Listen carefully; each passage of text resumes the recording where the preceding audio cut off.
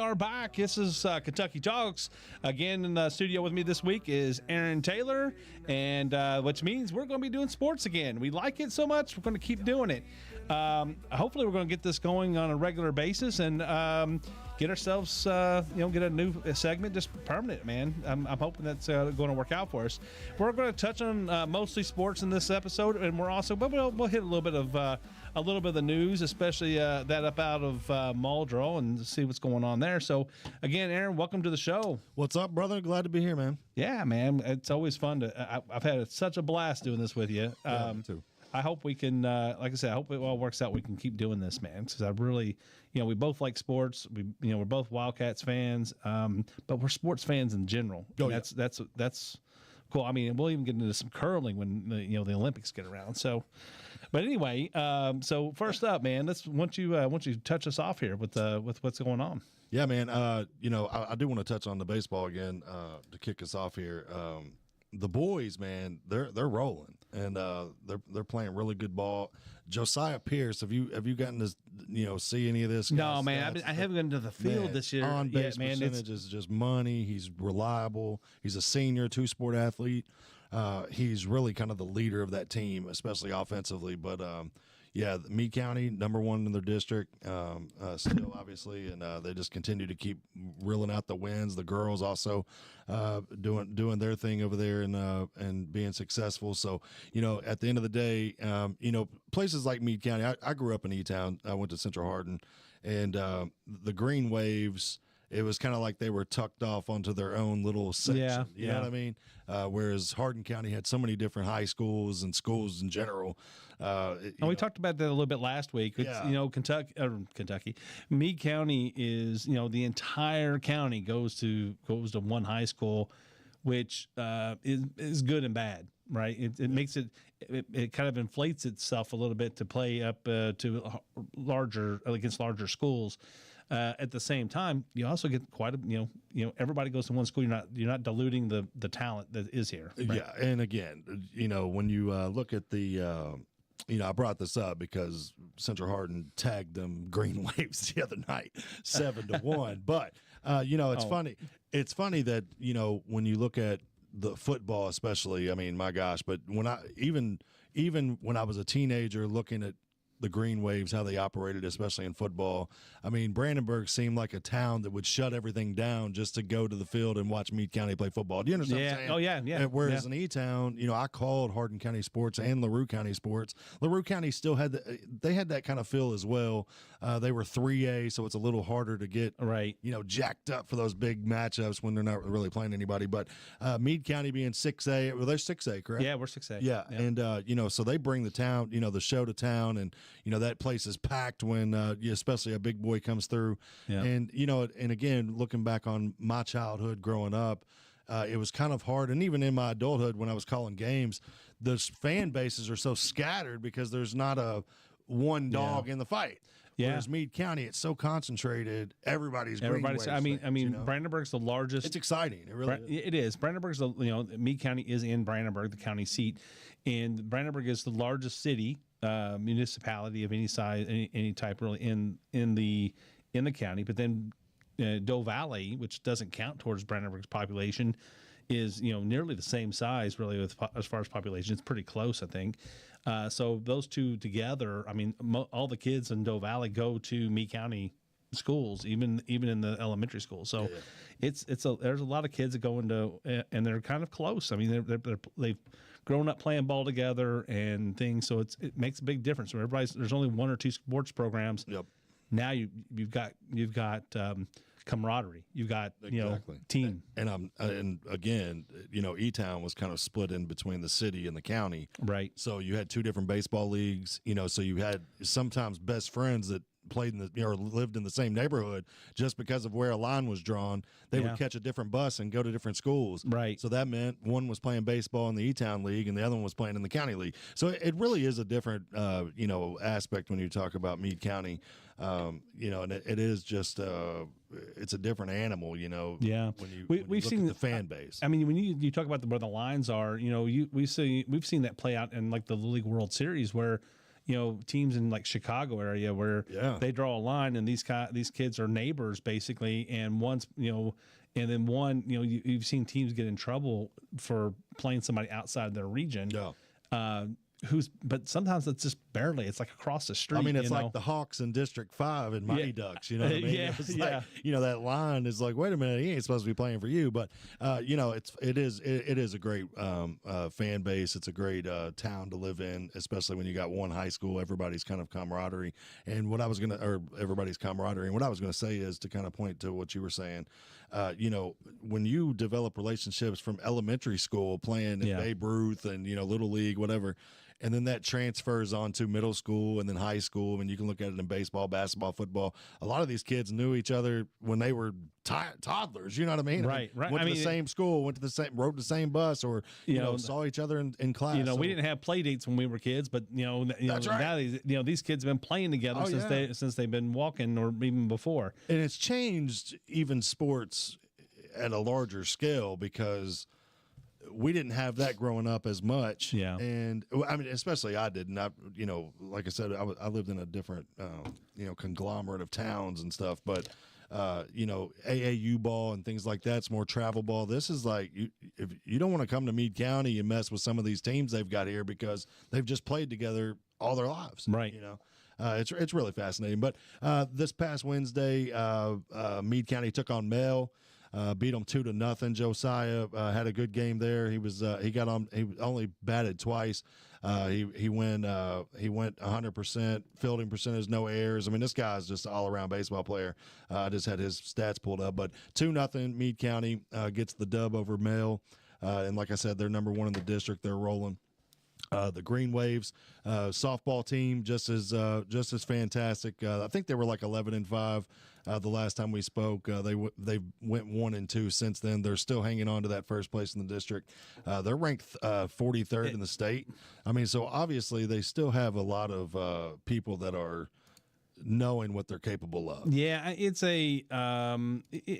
normally the girls softball, the fast pitch softball in Meade County is usually really, really good. But you can't have it every year. And That's so, or every night. But still, I mean, by the time this season's over, I expect Meade County to be one of the top teams in the state. I mean, it's my expectation almost every year for them, just because of the history that's there. I mean, I used to talk to people after, a few years after I graduated. It's probably like 10 years after I graduated high school. I was working with somebody in Louisville, and they said they would tell me, it was a female, and she said she hated going down to Meade County to play. She said because they always kicked their butt, and there was nothing. And I and of course I swell up with pride. That's where I went to school. It's my kids are going to school there. Yep. Or have gone to school there, not anymore. But back then they were in school here. And so, but it's a little bit of pride. So it's kind of a cool thing, and there's a reputation for winning in Meade County. So, and then of course the Meade County girls, they played at Bethlehem on Thursday. They got a 7-2 victory. Very good win for them. And then of course they're going to be at home. This is upcoming Monday, so they've got the weekend off, and they'll be home Monday to Breckenridge County. And of course, anybody that's lived in Meade County knows that the Breck County rivalry is strong and alive. Yeah. So that'll be a big game for the girls.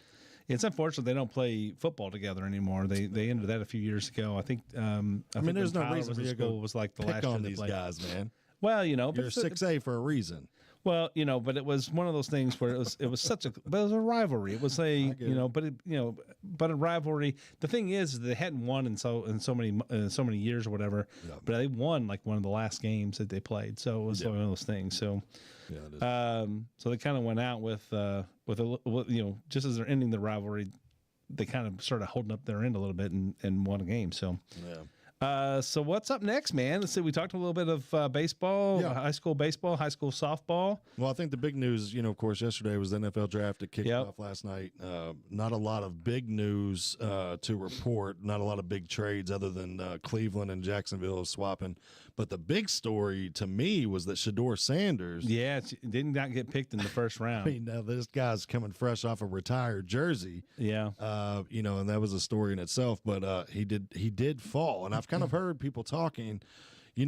Archie Manning famously kind of stepped in and said, Eli's not going to play for the San Diego Chargers. Right, I remember that. Okay. Yep. So, of course, they draft Phillip Rivers, or the Chargers drafted Eli Manning number 1 overall. Then the Giants drafted Phillip Rivers 4th overall. Then they swapped quarterbacks, and then the rest is history. Eli went on to win 2 Super Bowls, and Phillip Rivers was a good quarterback as well, but never got the championships. But so they, Dion kind of, or it seemed like Dion was trying to kind of strong arm teams. Like, he's not going to play for you, especially with the coaching. Where Dion could come coach. Yeah, I had heard that there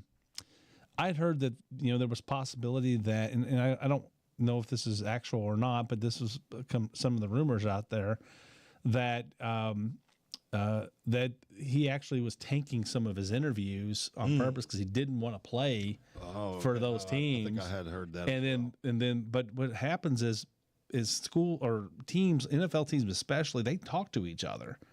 Right. Sometimes they talk to each other to kind of try to pull one over on each other, but they also will share straight up information about somebody. And especially if somebody is wanting to, get somebody at a cheaper price, if you do something in an interview, it's all, they could go talk to anybody. Oh yeah. And say, hey, this guy's got this or that. Yeah. And next thing you know, you fall 3, 4, second, third, fourth round, and now you're at they get you at a discount. So, well, yeah, and famously, not saying that's what's happened, but I've heard there's a rumor out there along those lines. Excuse me. Dion. I don't know if you remember this or not. I heard this story a long time ago. I just thought then it was hilarious. But when Dion came out of Florida State, of course, he was a highly coveted draft pick. He had a meeting with the New York Giants. And they came in and basically gave Dion a fat playbook and was like, hey, we need you to go to the hotel room tonight, study up. We're going to test you tomorrow. And Dion literally asked them, what pick do you all have? And they said, we're picking 9th. Yeah. And he said, I'm not going to be here at 9th, and left the playbook on the table. Now, that brashness can work for you or against you. And with Dion being the vocal one, and Shador not performing, Colorado was terrible. And I mean, Travis Hunter's a Heisman, and it's hard to say he didn't have a great team when he has a Heisman. Trust me when I say I watched a lot of Colorado football. They did not have a good team. No offensive line. I think the running back situation, I just heard this last night. I mean, it was amazing what they did last year. Do you know that their leading rusher on the team only had like 300 and some yards? Yeah. I saw that's that. Insane. I saw that. I've followed. I'm like you. I've kind of followed it. Mostly because it's unbelievable the hype that they get out there, and it's just kind of just a little bit, it's just off the rocker a little bit on how much. I'm not saying that these kids aren't good, and or even willing, or worth the time to invest, but a lot of that was just hype. A lot of those wins, especially in year one, was hype. The NIL and the portal had just hit, and people were, and Dion was pretty good about going out and getting kids out of the portal and building a team. He had Travis Hunter was a 5-star that went to Jackson State. It was the first time ever that a 5-star went to a not an FBS school, whatever it's called. Yeah, it was actually it was a. Was it a? I can't think of what it's called. Historically black colleges. Yes. HBS. HBC something. Yeah. HBC, HBS. Yeah. First time ever. Yeah. That a 5-star went to that level. And I mean, obviously he could have went anywhere probably. I don't know who his recruits were, or who was recruiting him, but. And it paid off. Hunter went. Where'd he go? He went. I had this in my note earlier, but I didn't put it on my computer here. But it's what did he go to last night? Which one? Who? Oh, Travis Hunter. Travis Hunter. Jacksonville. Yeah. I mean, he went. Was that second? Yeah. They traded. I was trying to remember. He traded up to Cleveland spot. Yeah. And so I was watching that last night, and I was thinking of draft day.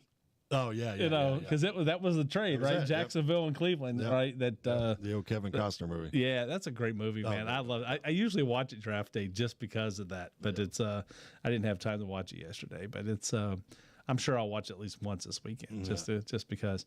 But that's what I'm saying. It was when I said it was Cleveland and Jack, I was like, man, that could have been in the movie. That could have been the line in the movie right there. You know, and then you have Shador Sanders again. We were talking about the brashness, but I don't know if you got to see Cam Ward. Did you see Cam Ward get drafted? Yeah. Okay, so of course he went number 1 overall to the Titans, but man, this guy was so humble. Just even his outfit. I mean, I was talking to my son last night. I know I'm getting old because I'm starting to become the get off my lawn guy. Yeah. But the shenanigans these guys are doing with the jewelry and the flashy outfits and the dancing going to the stage, I'm like, it's crazy. And, you know, a lot of it is because these guys are already got money. You know, they've already got money before they get to that stage. Oh, yeah. I mean, these guys, they're not coming out of like deep poverty like they were before. Yeah, they're not borrowing their Uncle Bob's suit. You know what I mean? They're going out and they're playing it up, and these guys are ready because that's what NIL's done for them. I mean, I also saw, I don't know if it's in our notes for today or not in the rundown. I didn't catch it, but the NCAA is talking about just doing direct payments. Pay them. Yeah, yep. I mean, which we know that's the next step. Yeah.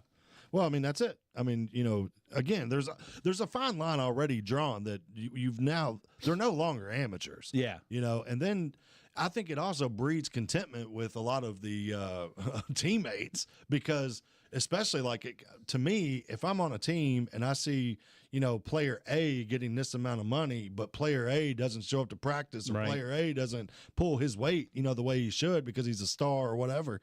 Man, that would really trickle down in the locker room because, I mean, you know how a football locker room is anyway. I mean, it's, you know, it's a family, it's a brotherhood, it's a, you know, and if somebody's, you know, getting paid and, you know, you are in your dorm room, making ramen noodles or whatever it is that Arian Foster was eating, you know, it could kind of breed contempt. I mean, the thing is like almost everybody on the team is getting paid something. I mean, look at it. I mean, have to be. They are. I think that's one reason that the NCAA is coming down with these roster limits because one, there's a I don't know is again it's another one that maybe we're talking about later, but these roster limits we talked about last week or week before. I looked into it a little bit more. Well, I'll save it for them, but there's you know it's the part of that reasoning is because NIL and stuff, but there's a lawsuit out there that the NCAA is settling. And they have to do something about limiting the roster spots, not scholarships, but roster spots. That's why it's 15 now. Yeah, and I was going to say they are. I think it's. Was it from 13 to 15? I think it was. There was 13 scholarships, but you didn't have a limit. A limit on players. On players, you could have walk-ons. Yeah, because remember 1996, Kentucky played in a junior varsity league, a JV league, in another like MEAC or something like that. Yeah, and that way, Cameron Mills and them, there were so many people stacked up on that team, they weren't going to get playing time to get better because there was so many people on that 96 squad. They were, they're basically walk-ons but they're better than walk-ons, really. Yeah, yeah. And so they started a JV team. Kentucky went and played, I think, just that one season, maybe two. And Cameron Mills went and started on that. He was scoring 30-plus points over there in that league. Yeah. And then, of course, when he comes, they had to limit the number of games you could play, all that stuff. You could play some varsity, and it's kind of like high school. Yeah, yeah. And so, but that's what I mean is this, what's happened is kids are getting – you can still stack up all these teams, and these teams are not getting, these walk-ons are not, they're coming and stacking up on a team as walk-ons, and they're not really getting playing time. They're not getting they're not getting paid. They're not on scholarship.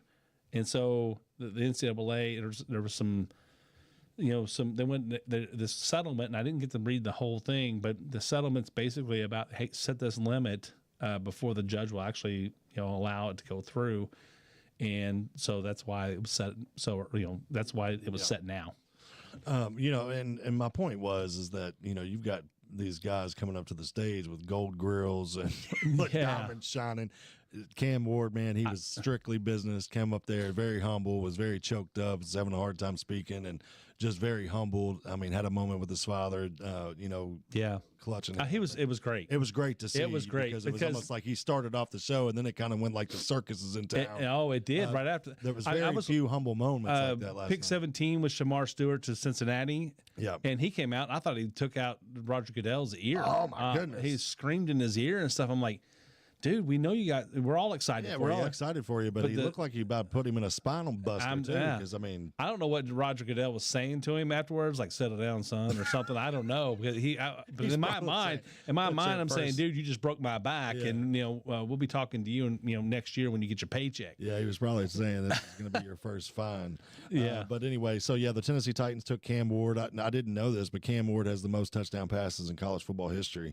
That was slipped by me. I didn't know that he was that dope. I think I saw that during one of the games I was watching last year when he broke it when he actually surpassed it or something. But it was like, yeah, I mean he's putting it up. Yep. Abdul Carter, the Penn State edge rusher, went to the New York Giants. I'm bringing this up because I don't know if you saw it today, but Micah Parsons, he was on Micah Parsons' podcast, and of course Micah Parsons number 11, Abdul Carter was 11, and Micah Parsons was like, hey, this is going to be one of the best jersey swaps ever, because they're going to play against each other, being the New York Giants and the Cowboys. And he was like, you're going to be number 11. And he said, now I'm going to wear 56. So Lawrence Taylor's number is not retired, Shador Sanders. Lawrence Taylor, you know what I mean? Come on. But so he's going to don number 56. So I thought that was a pretty neat story. Yeah. Yeah. Ashton Jeanty went to the Las Vegas Raiders. Ashton Jeanty so close to breaking Barry Sanders' record, 5'8", 220 pounds. This dude is compared to LaDainian Tomlinson and Frank Gore. He did break one of his records, right? I think so, but he didn't get the overall record, rushing. Yeah. He was just close. I mean, he was just shy of it. But yeah, that was like a season or something. I think he did one season, and I think he got the largest in the season, but not the overall. I think Barry Sanders had both of those records. LaDainian Tomlinson, I heard last night, imagine LaDainian Tomlinson and Frank Gore having a baby. Their baby was Ashton Jeanty. So, again, injuries, everything. He's had a lot of carries. And he went where? Almost 800 carries to the Raiders. To the Raiders? Yeah, and the Raiders are kind of like the destiny for death. It's really hard to be successful. Ask Jerry Rice. I've and, never Randy seen Moss. anybody. Yeah, I've never seen anybody. It's a strange thing because these are not. It's not like the talent. They don't get the talent. It's just like it's ownership. It's ownership. It's the system that they're in. I mean, we've seen it over the years. System and talent, when they come together, it's special. That's what you have with Andy Reid and Patrick Mahomes. And I'm sorry, last week I forgot his name again too. It's so strange. I need to take a brain. Be a Broncos fan. You'll not You'll forget never forget his him. name. Yeah. It's tattooed on the back of your head, I think. Yeah. Bill Belichick and Tom Brady. Yeah. These people come together, these systems and these talent comes together, and it's special, becomes very special. And that's what everybody's trying to. I mean, Cincinnati's been trying that especially the last few years. Joe Burrows and the receiving squad, man. It's just that you don't get much better than that group. Yeah. But is the system there to take them? To take them over the top, and definitely need a better defense. So I was really happy that we saw, we got Shamar Stewart. Yeah. Because we needed edge rushing. No, Texas A&M. Yeah, There's two Shamars. He's two Shamars. Yeah, one Shamar went to Florida. Shamar Stewart went to Texas A&M. Went to Cincinnati, and he was he's a defensive end. And that's exactly one of the things I was happy to see it, because if we don't need to add another receiver, we didn't need to add. I don't think we need to add another running back. I think we really need defensive line and defensive backs. I think the defensive side of the ball. I mean, Sam Hubbard retired. And then Trey Hendrickson. They're still trying to get contract dispute. Yeah, so they're going to, and I think they're going to get it settled. And a lot of that has to do with the fact that they just redid everything so he can keep the receiving team together. And so he wants to get paid too. I don't blame him for that. Part of the help, it 15 did help. sacks last year. Yeah, I mean, it helps that they raised the salary cap up pretty well.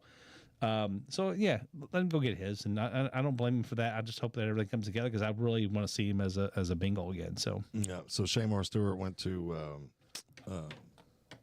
the Bengals. Yep. And Texas A&M outside edge rusher. Very phenomenal athlete.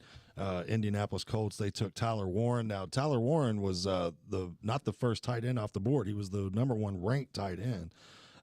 But he's not flashy, but this guy does everything. He's kind of like a Taysom Hill / better receiver, obviously, in the tight end position, but he throws the ball, runs the ball, blocks. I mean, he's kind of like a joker. He kind of does everything. But Tyler Warren, Penn State, the tight end, went to Indianapolis Colts. And then also... Let me ask you a question. Yeah, go ahead. Back to Cam Ward a little bit. With Cam Ward going to the Titans, where does that leave Will Levis? Is he going to get traded? Do you think he's just going to sit the bench? I think he'll sit. Do you think he'll sit the bench? I'm trying to think of how, and I always kind of mess this up as much as I watch the NFL and keep up with it. When you're drafted, every rookie comes in with a 4-year, 5th-year option. Yeah. Okay. So I don't know how much money is guaranteed. Will Levis came out, 2 years ago? So this will be is his third season. Yeah. I don't know if they still owe him money. So you got to start asking yourself that, like if there's still money on the hook. Now they ain't paying. They could. I mean, if there was guarantee money, but because usually the guarantee money is spread over the year, the full contract, or rolled into a signing bonus. That's what I'm saying. So he could not owe him anything. It could be. It could be. It just depends. Guaranteed is what I'm talking. Right. But he was. Let's see. He was a late. Was he a late first round pick? Was that what it was?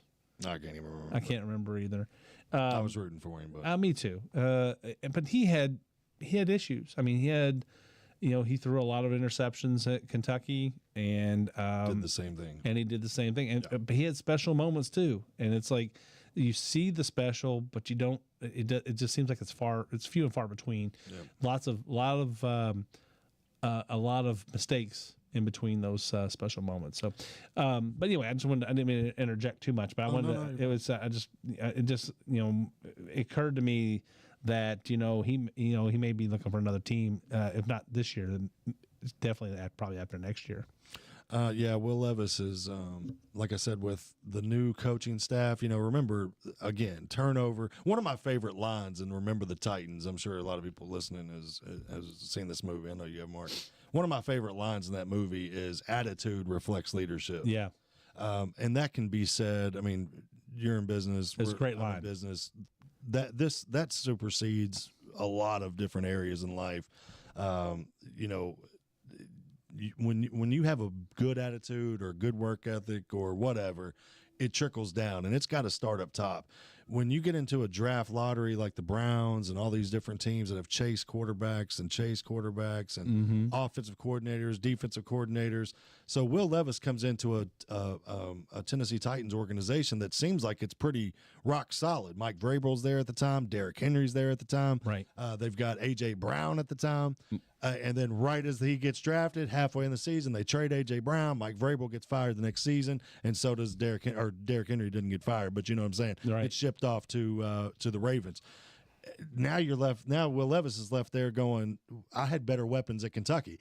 You know what I'm saying? That's true. I mean, it is absolutely true. And so now he's trying to pick up. Pick up the slack. Now he's trying to lift up the team, and it's like, it wasn't supposed to be that way when he got there. It was supposed to be him coming into a situation where he had weapons around him. You're absolutely right. But again, it's kind of the same thing. It was at Kentucky where the second year, the same thing happened the second year when we had a different offensive coordinator. It was a new coaching situation, a new system, and now he's trying to elevate. We didn't have the running game that we had the first year he was there, so there wasn't that relief. A lot of things happened, so he's in this kind of the same situation. Yeah, I think Will Levis. I mean, his first year there was with Liam Cohen. Yeah, and the second year was the guy from San Francisco. What was his name? Oh no, he was only there for a year. Denver too. Offensive coordinator. I think Rich Scangarello. Yeah, something like that. Yeah, and then and I was excited about that. And then of course now we went over to what's the guy's name that was here last year? Oh gosh, begins with an M, I think. Anyway, Macho Man. no. But anyway, this guy, at least there's some stability, it seems, right? So, yeah.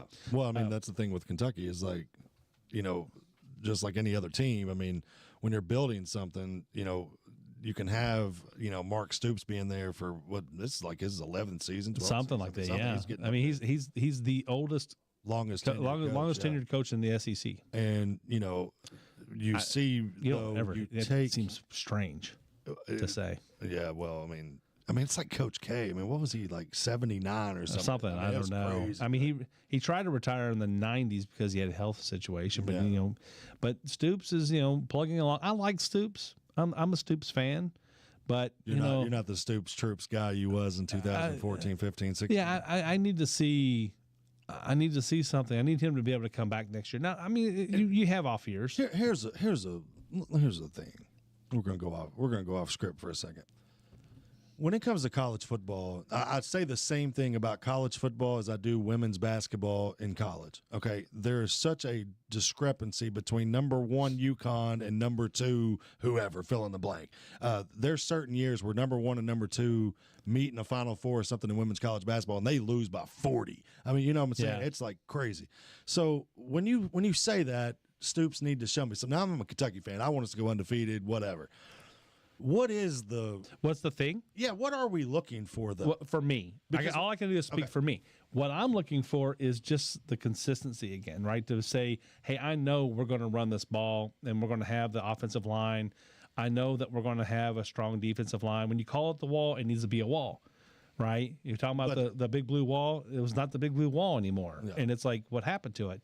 And, yeah, I get it. Other teams come and they, NIL, portal, but where are and I do believe that Kentucky does have limited resources when it comes to NIL, and I think that part of what we saw was the basketball team didn't have as much NIL as we would probably like or think because I thought the pockets were a little deeper there.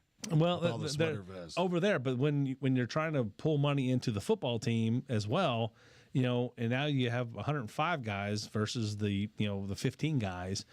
That pulls a lot of money out of the 15 guys, at least from the point of view of the fan who's trying to contribute the boosters. I'm not no way near a booster, but if we wanted to contribute, if I give $200 to a fund for it, that only goes so far. You know what I mean? If there's a million Kentucky fans, $200 makes it to Lexington. Well, there's stop and get gas between here and there. You know what I'm saying, right? If I want to get, but they're in the collective. You can go and buy into the collective for X amount of money. Yeah. It's not just high dollar boosters; it can be low dollar boosters too, or low dollar fans. And so, which I consider myself a low dollar fan. I am by no means a high dollar fan at all. But you have high dollar expectations. But I have what I feel is realistic. I don't expect that we're going to go win the SEC.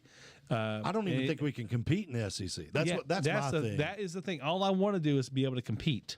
That's all I want. As we started competing for a few years there, we were competing. Well, now that it's expanded, think about this. You got Oklahoma and Texas. It's Texas a different thing. I mean, I know Texas A&M's been there for a few years now, but Florida, Tennessee, Alabama, Auburn. I mean, those are just so rich in football blood that to me, it's almost like, I've said this about Calipari, like everybody was just dumping on Calipari towards the end. And you kind of take for granted what we did enjoy for several years. Right. And I've always said, if you told, and to fill in the blank, I mean, outside of Blue Bloods, I mean, fill in the blank. If you told that team, we're going to give you 10, 12 years of Final Four runs, Elite Eights, one championship. Everybody loves it. They would jump on that This is Kentucky. fast. I get it, but this is Kentucky. And you're Kentucky too. I love the snob attitude when it comes to basketball. Give me the chips. Football, I love going and watching them play. We've been to games together. I love watching them play. We drove down to the Music City Bowl a lot of times. It's like that's who we are as Music City Bowl, though. But see, I'm okay. I'm okay with that as long as basketball I'm just reigns. saying, you're wanting to fire this guy and uproot his family.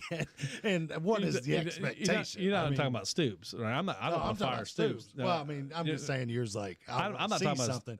What, I mean, I'm just saying, I want to get what I want to see is just get back to consistency where we can compete some. We're not at the bottom of the SEC. Yeah. I'm okay with this year was a bad year. I get it. Yeah, my goal for Kentucky football is at least be in the hunt. And have a chance when you come up against Georgia, Texas.